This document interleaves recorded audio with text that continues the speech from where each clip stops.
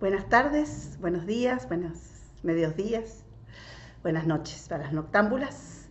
Estamos nuevamente aquí, podríamos decir en el tramo final, finales casi de octubre, 20 de octubre, semana del 20 de octubre, para culminar esta investigación lectora que hemos hecho a lo largo del 2020 en virtualidad, en Siempre Literatura, el espacio virtual de la librería Liliana Odoc de la Facultad de Filosofía y Letras. Como les comentaba, la última entrega de Balún Canal, la emocionante última entrega de Balún Canal y un pequeño puente que hice hacia nuevos modelos autobiográficos en el siglo XXI, de la mano de Ángeles Mastretta, otra mexicana. Los libros se encuentran entre ellos y vienen a alumbrar los posibles tópicos que los profesores de literatura por ahí se nos ocurriera trazar desde un lugar más abstracto, más teórico. Y teníamos una lista al principio de año, unos planes, bueno, y el 2020 llegó con la pandemia para quedarse, todo más complejo, así que disfrutando al máximo la oportunidad que nos da esta virtualidad para comunicarnos a través de la escucha de la literatura en voz alta. Así que les voy a presentar hoy, como les dije, una pequeña sorpresa, un libro que no estaba en la lista, pero que creo que nos va a meter en un mundo nuevo y a la vez un mundo conocido de todo lo que hemos ido presentando con Amelino Tom, con la propia Rosario Castellanos, más allá de las épocas. La novela que hoy les quiero presentar es La vegetariana, de una escritora coreana, Han Kang, la escritora, que trabaja como profesora de letras allá en Seúl. A ver si acá se alcanza a ver un poco su figura. Ella es una escritora joven que nació en los años 70. Y La vegetariana fue una novela que se escribió hace mucho tiempo, bastante tiempo, en los años 2006, cuando ya se había iniciado el siglo XXI, pero que se tradujo al español mucho después y que entonces la crítica se empezó a interesar en ella bastante después. A lo largo del camino iremos poniendo más aclaraciones en estos sentidos, como solemos hacer. Hoy quiero que la escuchen. La vegetariana nos va a presentar un camino hacia nuestro tópico, ¿no? Las subjetividades en el universo de lo familiar, y un cambio narrativo, puesto que la novela mayormente va a estar narrada por el marido de la protagonista. Vamos a decir así para empezar. Y van a irrumpir también en el relato momentos como de monólogo interior, también en cursiva, muy propio de este siglo XXI, de estas voces propias que irrumpen en la organización social, familiar, que se ve o que se siente en el marco de la novela. Probablemente la voz del marido, una voz polémica, si se quiere, en este universo de chicas, va a sentir, va a ver, va a describir cuestiones que nos pueden provocar, rechazo, ira, por eso digo, vamos a dejar que la novela ande y ver qué nos pasa, qué sentimos. Y también se ajusta mucho a nuestro tópico en cuanto a esas vidas mediocres, esas vidas anodinas, esas vidas acostumbradas, esa vida de la costumbre. Nosotros hemos hablado también en la ronda de la costumbre, ¿no? Que una de las grandes escritoras de la costumbre o de desestabilizar las costumbres, como fue Alice Munro, la canadiense, si se acuerdan. Todas estas historias familiares que hacen de la literatura contemporánea un lugar significativo, productivo, porque allí suceden las cosas, allí se abreva y ahí están las grandes preguntas contemporáneas y nosotras ya venimos teniendo mucha experiencia en ello, sin contar años anteriores, en este propio año 2020, en este ciclo. Así que para arrancar, voy a arrancar a leer, algo que solemos hacer, sin dar muchas más explicaciones, pero sí entusiasmada, muy entusiasmada. La experiencia de la lectura ha sido preciosa para mí, inesperada, como les digo, llegó el material, siempre lo trae el angelito, la voz, que me hizo pensar, gracias Camila, mi sobrina lectora, tal lectora que también me metió en este mundo. Y entonces la novela está dividida también en 4 partes, tiene un tono en los títulos de las partes en que está dividida la novela, son más bien títulos metafóricos, ganchos, hacen alusión a cuestiones que están y no están adentro de los apartados, son grandes apartados, bien separados, ya lo iremos explicando. Pero bueno, hoy para dar, creo que inicio al final, porque es la última lectura seguramente que hagamos en este ciclo, me voy a poner a leerles La vegetariana. No tiene nada que ver, en realidad, no es una novela sobre los valores del vegetarianismo ni no, sino que va por otro lado. Pero bueno, el título en ese sentido también es un título gancho, sugestivo, actual. Espero que lo disfruten tanto como yo. La vegetariana, Hankan, Corea, de Seúl. Van a ver los escenarios. Y arranco a leer. Espero sus comentarios en las redes. Y les doy las gracias una vez más por estarme acompañando en la ronda. Antes de que mi mujer se hiciera vegetariana, nunca pensé que fuera una persona especial. Para ser franco, ni siquiera me atrajo cuando la vi por primera vez. Ni muy alta, ni muy baja, con una melena que no era ni muy larga ni muy corta. Tenía la piel descamada y amarillenta, ojos sin pliegues, pómulos ligeramente prominentes y vestía ropa sin color, como si tuviera miedo de verse demasiado personal. Calzada con unos zapatos muy sencillos, se acercó a la mesa en que yo estaba sentado con un paso que no era ni rápido ni lento, ni enérgico ni débil. Si me casé con ella fue porque así como no parecía tener ningún atractivo especial, tampoco parecía tener ningún defecto en particular. Su manera de ser sobria, sin ninguna frescura, ingenio ni elegancia, me hacía sentir cómodo. No hacía falta dármelas de culto para atrapar su atención, ni andar con prisas para no llegar tarde a nuestras citas. Tampoco tenía por qué sentirme menos al comportarme con los modelos que aparecían en los catálogos de moda masculina. Ni mi panza, que había comenzado a engrosarse a partir de los 20 y tantos, ni mis piernas, ni mis brazos flacos, que no se tornaban musculosos a pesar de mis esfuerzos, ni siquiera mi pene pequeño, que era la causa de un secreto sentimiento de inferioridad, me preocupaban en lo más mínimo frente a ella. Nunca he sido muy amigo de tener más de lo que merezco. Cuando era pequeño fui el jefe de una banda callejera de chiquillos menores que yo. Cuando crecí, solicité el ingreso a la universidad que me otorgaba la beca más jugosa. Y luego me conformé con entrar a una pequeña compañía que al mismo tiempo que valoraba mi escasa capacidad, me entregaba todos los meses un sueldo modesto. Así que fue una elección muy natural que me casara con ella, que parecía ser la mujer más corriente del mundo.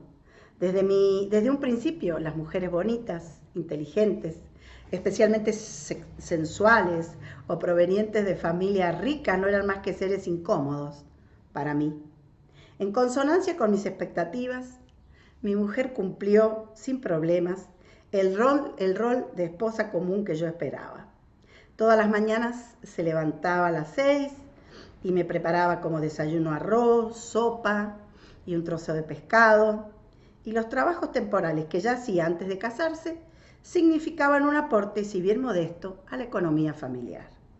Trabajaba como profesora asistente en una academia de computación gráfica donde había estudiado durante un año y también hacía en casa trabajos por encargo que consistían en transcribir los textos en los globos, bien qué lindo, de las historietas. Mi mujer era más bien callada. Casi nunca me pedía favores, ni me decía nada por mucho que llegara tarde a casa después del trabajo. Tampoco me rogaba que saliéramos los domingos o feriados, que estábamos juntos en casa, mientras yo me pasaba toda la noche haraganeando frente al televisor con el control remoto en la mano. Chan, chan, chan, chan. Ella solía quedarse metida en su habitación, Seguramente trabajaba o leía algún libro. Su única afición era la lectura, pero la mayoría de los libros que leía parecían tan aburridos que no daban ganas ni de abrirles la tapa. Y cuando se acercaba la hora de comer, salía del cuarto y se ponía a cocinar en silencio. En realidad no era nada divertido vivir con una mujer así, pero yo estaba agradecida por ello. Pues me cansaban las mujeres que hacían sonar varias veces al día los celulares de sus maridos, como las esposas de mis compañeros de trabajo y amigos, o las que reñían regularmente a sus maridos provocando ruidosas peleas matrimoniales. Si había algo en especial que la hacía diferente, era que no le gustaba usar sostenes. Durante nuestro corto e insulso noviazgo le puse un día por casualidad la mano sobre la espalda y al darme cuenta que no llevaba el sujetador debajo de su suéter me excité ligeramente. Para comprobar si por casualidad me estaba enviando una señal tácita, la observé durante un rato, con otros ojos. Ella no me estaba enviando ningún tipo de señal, fue la conclusión que saqué de mi observación. Si no era una señal, era pereza, acaso apatía. La verdad no podía entenderlo. El que no llevara sujetadores no iba con sus pechos poco voluminosos. Por el contrario, si al menos hubiera llevado un sostén con rellenos abultados, yo no hubiera quedado tan mal cuando la presenté a mis amigos. Después de casados en casa, ella prescindía por completo de los sujetadores. En verano se lo ponía a pesar suyo si tenía que salir para que no se le vieran sobresalir los pezones, pero en menos de un minuto se lo desabrochaba. Si tenía puesto algo fino y de color claro o que le ajustaba un poco, se le veía a las claras el sostén desabrochado, pero a ella no parecía preocuparle en absoluto. Cuando se lo critiqué, prefirió ponerse un chaleco encima en un día de calor abrasador antes que el sostén. Ella se justificó diciendo que el sujetador la fastidiaba, que no podía soportar que le oprimiera el pecho. Como yo nunca he usado uno, no tengo la menor idea de cuán asfixiante es llevarlo encima, pero según lo que podía apreciar, estaba seguro que las demás mujeres no odiaban tanto el sostén como ella, así que su susceptibilidad al respecto me desconcertaba. Salvo eso, todo lo demás transcurría sin vicisitudes. Este año se cumplían 5 años de casados, pero como nunca habíamos estado locamente enamorados, tampoco había motivos para un particular aburrimiento. Habíamos aplazado el embarazo hasta que compráramos una casa, y como esto lo hicimos el otoño pasado, yo había comenzado a pensar si ya no era tiempo de oír que me llamaran papá. Hasta que descubrí una madrugada del mes de febrero a mi mujer vestida con camisón de pie en la cocina. Nunca imaginé que nuestra vida cotidiana fuera a cambiar en lo más mínimo. Charán, con un asterisquito, cambia y viene el blanco activo y cambia. Esa es la estructura gráfica de la novela. ¿Qué haces allí de pie?, le pregunté cuando estaba por encender la luz del baño. Eran más o menos las 4. Debido a la mitad de una botella de soju que había tomado en la cena de trabajo, me había despertado con sed y ganas de orinar. ¿Qué estás haciendo?, volví a preguntar y miré hacia donde estaba ella. Un frío escalofriante me recorrió la espalda y se me esfumó de golpe el sueño y la embriaguez. Mi mujer estaba de pie, completamente inmóvil, mirando el frigorífico. Como estaba sumergida en la oscuridad, no podía distinguir la expresión de su cara, pero había algo sobrecogedor en ella. Sus abundantes cabellos negros sin teñir estaban despeinados y ahuecados.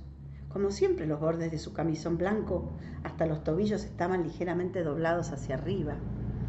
A diferencia del dormitorio, hacía bastante frío en la cocina. En una situación normal, mi mujer, que era muy friolenta, se habría puesto encima una chaqueta de punto y se habría calzado las zapatillas de lana. Sin embargo, ¿quién sabe? ¿Quién sabe desde cuándo ya estaba de pie descalza y con el camisón delgado que usaba también en otoño y primavera, como si no pudiera escuchar nada? Parecía que en el lugar donde estaba el frigorífico hubiera alguien, quizá un fantasma que yo no podía divisar. ¿Qué tenía? Era sonámbula, eso que solo conocía de oídas. Me acerqué a mi esposa, que estaba de perfil y quieta como petrificada. ¿Qué te pasa? ¿Qué haces a esta hora?, le pregunté poniéndole la mano en el hombro, pero en contra de lo que esperaba, ella no se asustó. No era que estuviera con la cabeza en otra parte, sino que tenía plena conciencia de que yo había salido del dormitorio, le había hablado y me había acercado a ella. Simplemente me había ignorado, como cuando a veces yo llegaba tarde y ella me ignoraba por estar enfrascada en alguna serie de televisión de trasnoche. Pero ¿qué había para enfrascarse a las 4 de la madrugada, en la cocina, a oscuras, frente a la puerta blanquecina de un frigorífico de 400 litros de capacidad? Querida, le miré fijamente la cara que resaltaba en medio de la oscuridad. Tenía unos ojos fríos y centelleantes que nunca le había visto y mantenía los labios firmemente sellados. Tuve un sueño, respondió por fin con voz firme. ¿Un sueño? ¿De qué hablas? ¿No sabes la hora que es? Ella me dio la espalda y caminando lentamente se dirigía al dormitorio.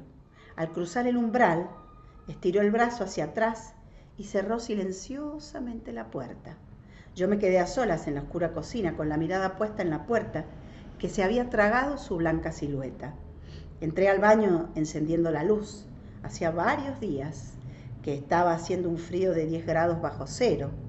Me había duchado unas horas atrás, así que las zapatillas de plástico salpicadas de agua seguían todavía húmedas y frías. En el agujero negro del extractor de aire abierto sobre la bañera y en los azulejos y losas de color blanco que cubrían las paredes y el suelo, se podía sentir la helada soledad de la estación invernal. Chan, chan, chan, chan. Cuando entré a nuestro dormitorio, no se percibía ningún ruido del lado donde mi mujer dormía acurrucada. Parecía que yo estuviera solo en la habitación. Naturalmente, era solo una sensación. Cuando en silencio aguzé el oído, pude escuchar su respiración apagada. No parecía la respiración de una persona dormida. Si hubiera estirado la mano, hubiera podido tocar su piel tibia. Sin embargo, no quise hacerlo. Tampoco tuve ganas de dirigirle la palabra. ¡Charán! Segundo asterisco. Acostado y cubierto con el edredón, por unos momentos perdí el sentido de la realidad. Y me quedé mirando con la mente ausente la luz de la mañana invernal que entraba a la habitación a través de las blancas cortinas. En el instante en que moví ligeramente la cabeza y puse mis ojos sobre el reloj de la pared, me levanté como disparado, como un resorte, y salí abriendo de un golpe en la puerta. Mi mujer estaba en la cocina, chan, chan, chan, chan, delante del frigorífico. Este es el momento en que la estabilidad se rompe y que todo cambia, ¿no? Este quizás es el instante del nombre de la novela, la vigencia del tema de los sueños, el borde, lo liminal entre la locura, la cordura, la vigilia, el sueño. Y voy a leer aquí lo que dice la contratapa, creo que es el momento adecuado para que ustedes se empiecen a meter en la novela. Dice: Young es una mujer aparentemente normal, joven, sin mayores virtudes o defectos, lo que acabamos de escuchar en la voz de su marido. Una noche, chan, chan, chan, chan, sin ninguna actitud previa quisiera suponer un cambio en su carácter, su marido la encuentra en la cocina tirando a la basura toda la carne almacenada en el congelador. Cuando él la increpa por lo que está haciendo, ella le dice que ha tenido un sueño y que abandonará la ingesta de carnes. Su determinación es absolutamente radical e irrevocable, pero el marido y la familia no están preparados para esta decisión, ni para la transformación que comienza a gestarse en Yang Ge a partir de este propio momento. La vegetariana es una novela con un fuerte componente pareciera psicológico, pero más bien en el borde con lo psicológico, que cuestiona los límites culturales de la cordura, la violencia y el valor del cuerpo como un bien privado y último refugio. El tema del cuerpo que venimos trabajando varios años ya, y especialmente lo trabajamos para Notom, y ahora vamos a ir más hondo en este especial modo de presentarlo de la coreana Han Kang. Con esta contratapa dando un poco de suspenso al inicio de la novela, en el sentido que aquí es donde se quiebra la estabilidad, como decía recién. Él ve a su mujer parada en la cocina delante del frigorífico y le dice, claro, estás loca, ¿por qué no me has despertado? No sabes la hora que es, se ha quedado dormido encima, ¿no? Acá empiezan los reproches, van a ver todo lo que se nos va a meter en la novela. Chan, chan, chan, chan. Interrumpí mi perorata al sentir bajo mis pies algo mullido. No podía creer lo que estaba viendo. Ella estaba sentada de cuclillas, vestida con el mismo camisón de ayer y con los cabellos despeinados cayéndole a ambos lados de la cara. A su alrededor y sobre el suelo de la cocina había tantas bolsas blancas y negras y recipientes herméticos que no había lugar donde poner los pies. Miren, fíjense qué simbólico, esta heladera, refrigerador, como según las traducciones, ¿no? Inmenso, grande, muy grande, con esto de los freezer y tener todo guardado y tener cantidad ¿no? de previsión alimentaria, también hace que esto permita que el procedimiento literario, de que el piso de la cocina esté completamente cubierto de aquello que ella está sacando de la heladera. A su alrededor y sobre el suelo de la cocina había tantas bolsas blancas y negras y recipientes herméticos que no había lugar donde poner los pies. Carne de ternera para hacer shabu shabu, pancetas de cerdo, 2 trozos grandes de patas de ternera, calamares guardados en bolsas herméticas, anguilas limpias y troceadas que había mandado recientemente mi suegra del pueblo, corvinas semidesecadas atadas con una cuerda amarilla, empanadillas congeladas todavía sin abrir y un sinnúmero de paquetes que no se sabía qué contenían. Haciendo crujir el plástico, mi mujer estaba metiendo uno a uno esos bultos en una gran bolsa de desperdicios. ¿Qué se supone que estás haciendo?, le grité, perdiendo finalmente los estribos. Igual que anoche, mi mujer siguió metiendo los paquetes de carne en la bolsa de desperdicios, ignorando mi presencia, la carne de ternera, la carne de cerdo, el pollo troceado, las anguilas marinas que debían valer como mínimo 200.000 wones. ¿Estás loca? ¿Por qué te estás tirando todo? Estás tirando todo esto. Apartando las bolsas de plástico, me abalancé hacia ella y la tomé de la muñeca. No me lo esperaba, pero la firmeza de su mano era férrea. Tuve que hacer fuerza hasta que se me subió el calor a la cara para lograr que soltara el bulto que sostenía. Acariciándose la muñeca derecha enrojecida con la mano izquierda, donde él le ha hecho daño, ¿verdad? Él ha sido violento. Van a ver, la violencia arranca de entrada. Mi mujer habló con el mismo tono de siempre. Tuve un sueño, otra vez lo mismo. Me miró a los ojos sin que se le descompusieran en lo más mínimo. Sin que se le descompusiera la expresión en lo más mínimo. Entonces sonó mi celular. Mierda. Empecé a buscar en los bolsillos del saco que había dejado sobre el sofá la noche anterior. En el último bolsillo mis manos asieron el celular que sonaba desaforadamente. Lo siento muchísimo, es que me surgió un problema en casa, de verdad, lo siento. Me apresuraré para llegar lo antes posible. No puedo salir de inmediato. Ahora mismo no. Espéreme que ya voy. No haga nada de eso, 1000 perdones. Realmente no tengo excusas.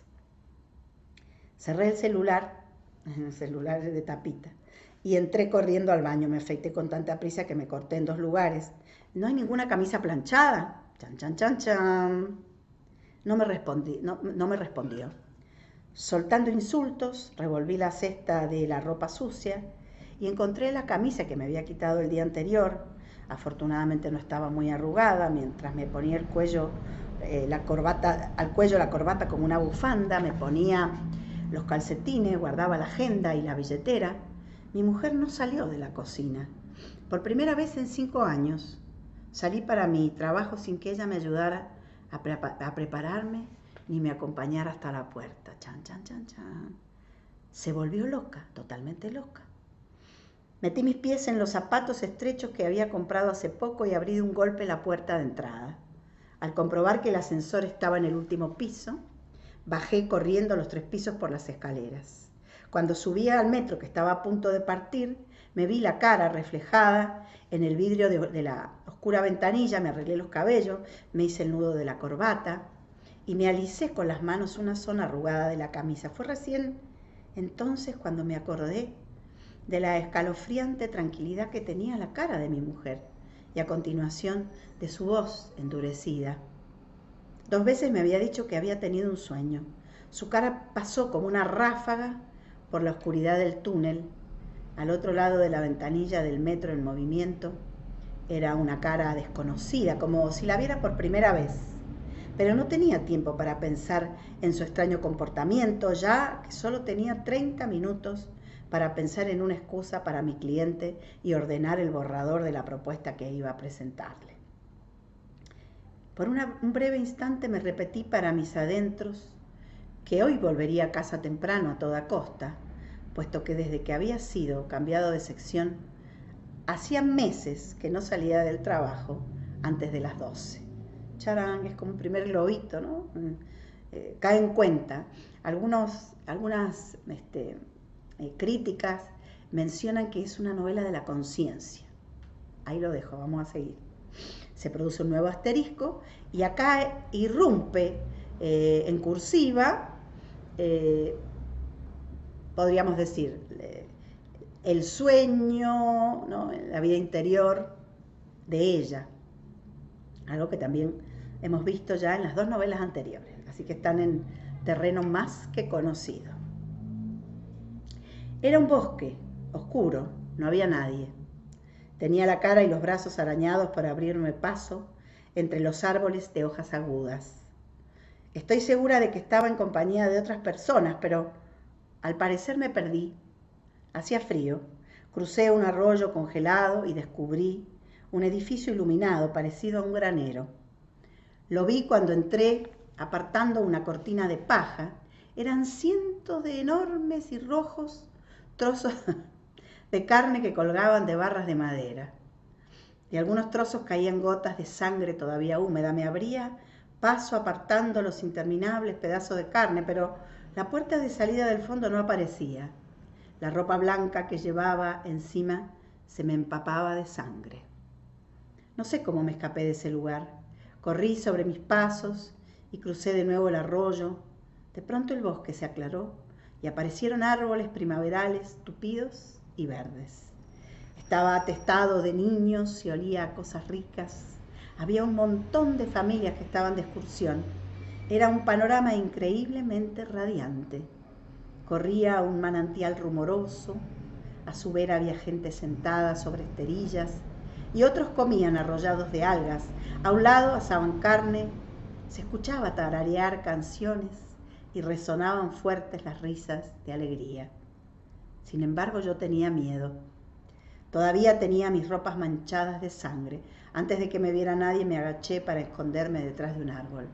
Tenía también las manos manchadas de sangre, también la boca. Había comido los pedazos de carne caídos en el suelo de ese granero. Me había embadurnado las encías y el paladar con la sangre roja de la blanda carne cruda. Mis ojos reflejados en los charcos de sangre del granero centelleaban.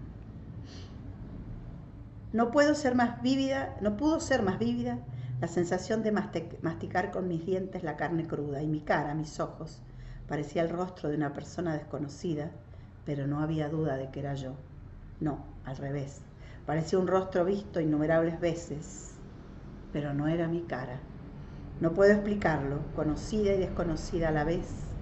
Era una sensación vívida y extraña, terriblemente extraña. Bueno, aquí este monólogo, este sueño, este aparte, estas imágenes, ¿no? Trasladan la novela a un sitio muy contemporáneo, muy conocido, desde las imágenes de este suspenso, misterio, terror, todos los géneros ahí, ¿no? En esta experiencia de este bosque amenazante, y bueno, todo lo que va a empezar a ocurrir a través de la sangre de la carne. No voy a decir mucho más por ahora. La cena que había preparado mi mujer, bueno, cierra el asterisco y vuelve el narrador esposo, marido. La cena que había preparado mi mujer Consistía en hojas de lechuga y pasta de soja. Una sopa clara de algas que no tenía carne ni almejas y kimchi. Eso era todo. Entonces, ¿qué? ¿Has tirado toda la carne por ese sueño tonto?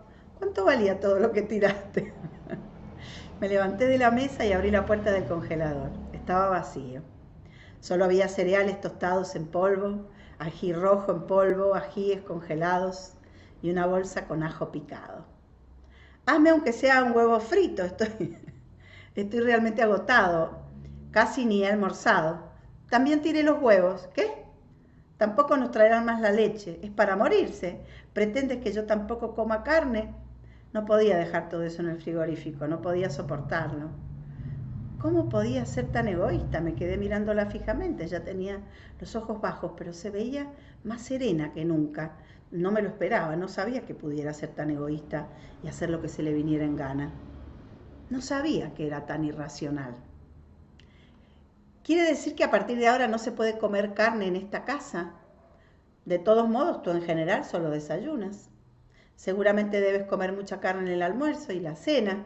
No te morirás por comer carne a la mañana, por no comer carne a la mañana, respondí yo pausadamente, como si su decisión fuera lógica y apropiada. De acuerdo.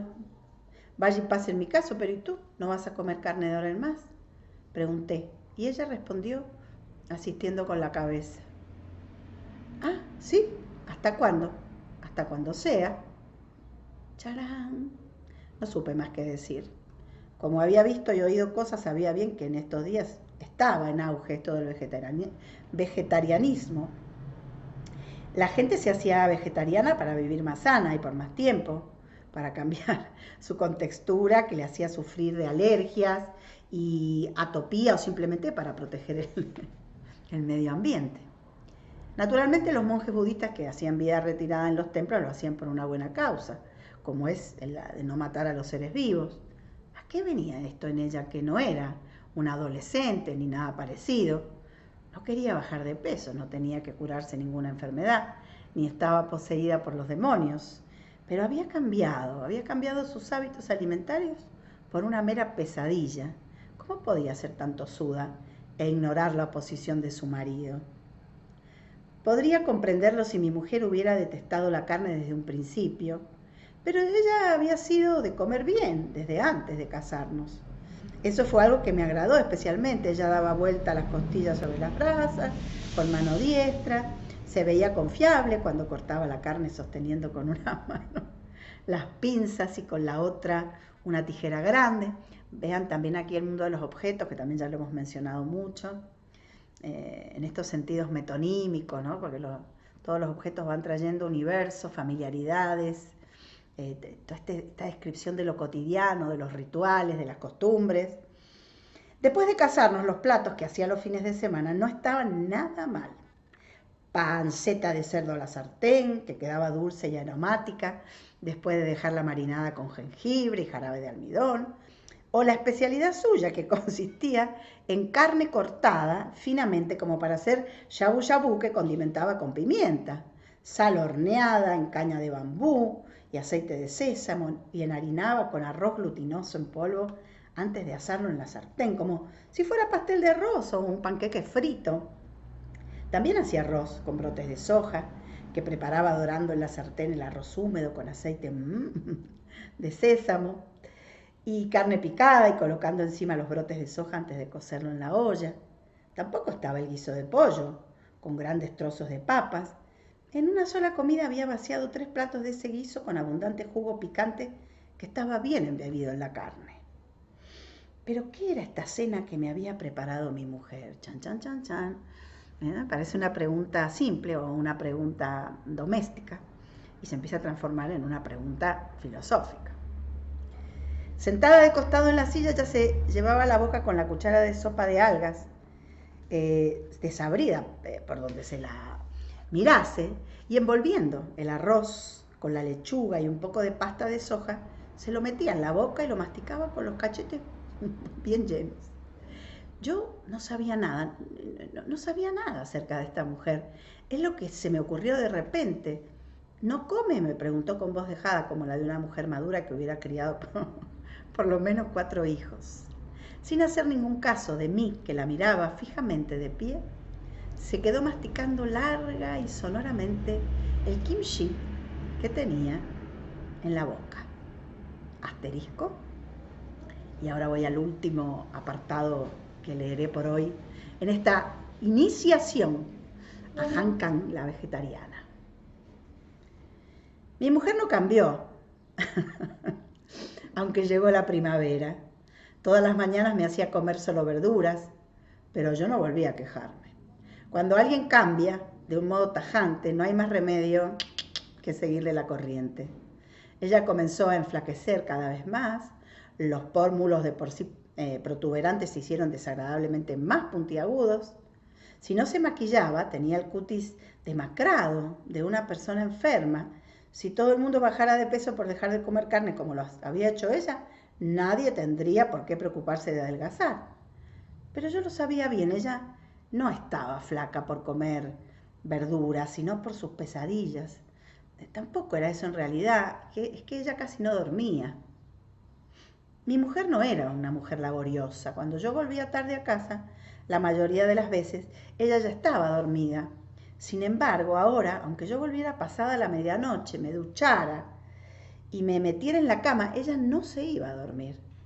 No era que se quedara leyendo un libro, chateando en la computadora, ni viendo la televisión por cable. Tampoco era posible que tuviera tanto trabajo transcribiendo los textos a los globos de las historietas. Ella se metía en la cama, pasada las 5, y después de dormir o dormitar apenas unas horas, se despertaba con un corto quejido, con los cabellos enredados, la piel áspera y los ojos estriados de sangre. Se sentaba a la mesa del desayuno, pero no comía ni un solo bocado. Lo que más me inquietaba era que ya no quería tener sexo. Antes solía acceder a mis deseos sin poner peros, y a veces hasta ella me tocaba primero, pero ahora me evitaba en silencio, aunque mi mano solo le tocara el hombro. ¿Cuál es el problema? Estoy cansada. Por eso tienes que comer carne, no tienes fuerza porque no comes. Antes no era así. En realidad, ¿qué? Es que tienes olor. ¿Olor? Olor a carne. Tu cuerpo huele a carne. Me reí con una sonora carcajada. No me has visto recién, acabo de ducharme. ¿Dónde huelo mal? En cada uno de tus poros, respondió ella muy seriamente. Cada tanto tenía un pensamiento de mal agüero, y si estos no eran más que los síntomas iniciales, y si era el comienzo de una paranoia, un delirio o una neurastenia, cosas que hasta ahora solo había conocido de oídas. Sin embargo, mi mujer no parecía estar poseída por una locura. Como lo había hecho siempre, hablaba poco y mantenía la casa bien ordenada. Los fines de semana hacía 2 platos de hierbas y también hacía chop suey con setas en lugar de carne. Si tenía en cuenta que estaba de moda el ser vegetariano, no había nada extraño. Lo único malo era que no lograba dormir y que me respondía, tuve un sueño, cuando le preguntaba por qué tenía la cara ausente y como perseguida por algo. Yo no le preguntaba qué había soñado, no tenía ganas de volver a escuchar sobre el granero en el bosque oscuro y su cara reflejada en los charcos de sangre.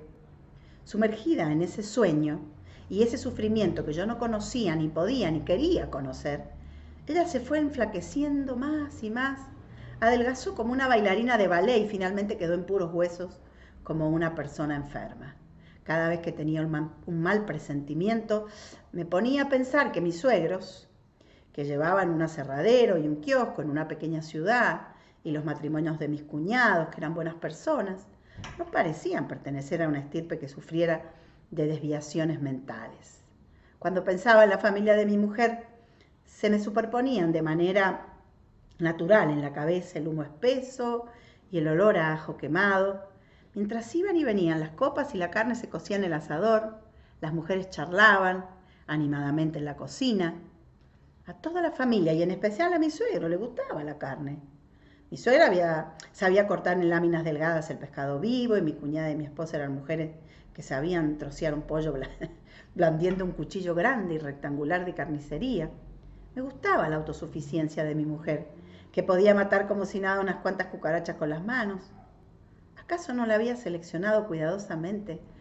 Chan, chan, chan, chan. Por ser la mujer más corriente del mundo. Aunque su estado fuese en verdad muy sospechoso, no quería considerar lo que se dice una consulta o un tratamiento. Si bien alguna vez dije por ahí, eso es solo una enfermedad, no es un defecto, fue porque les afectaba a los demás y no a mí. En verdad, yo no tenía anticuerpos para estas cosas extrañas. ¡Charán! Bueno, seguido viene un nuevo monólogo, sueño, irrupción del yo femenino en la vegetariana de Han Kang. Como les prometí la semana pasada, les quería dar una sorpresa. El libro llegó y se coló. Había algo también en el clima de las lectoras de necesidad de algo de humor de nuevo, como nos pasó al principio del año, luego de una novela tan honda, ¿no? Con una experiencia tan perturbadora, de tanto sufrimiento, dolor, como fue la de Rosario Castellanos, que realmente hemos disfrutado mucho. Estuvo bueno, me parece, meterse en estos sitios con estos humores, producto de este contraste, ¿no? O esta experiencia de la vida mecánica, de la vida cotidiana, de los rituales completamente naturalizados, ¿no? Y que vinculados a la vida de familia mucho tiene que ver la costumbre alimentaria, fenómeno que también es una explosión temática, como bien la novela juega con eso, también es un tema social, un tema médico, si bien la novela no va a hablar de estas cosas, pero sí, al traerlas al mundo de la novela, creo que nos hace entrar rápidamente, estar instalados en un lugar bastante accesible para sentir todo esto que que se empieza a desencadenar en la vegetariana. Gracias por acompañarme una vez más. Espero sus comentarios, imagínense, porque esta novela ha entrado sorprendentemente, creo que habita muy bien nuestro tópico, que abre un poco el juego, y yo la disfruto mucho al leerla en voz alta. Eso también hace a que en la ronda lectora todo se haga muy comunicable, ¿no? Este sentido de la oralidad que tienen las novelas contemporáneas, y que también acá Han Kang, ya hablaremos un poquito más de ella y de sus otros materiales y de su presencia en este mundo intelectual global, de una mujer coreana, ¿no? Ustedes ahora tienen, ¿no? El año pasado ganó el Oscar Parásitos. Digo, hay varias series de streaming con las que ustedes pueden ver las imágenes, imaginarse las calles, imaginarse las viviendas. Creo que por eso también es un momento oportuno, donde no van a quedar nada solitarias, sino muy acompañadas, si siguen la ronda lectora a través de la vegetariana. Nos vamos por esta semana aquí en la ronda lectora de la librería Liliana Bodoc, el espacio virtual Siempre Literatura de la Facultad de Filosofía y Letras de la UNCUYO. Muchas gracias por acompañarme.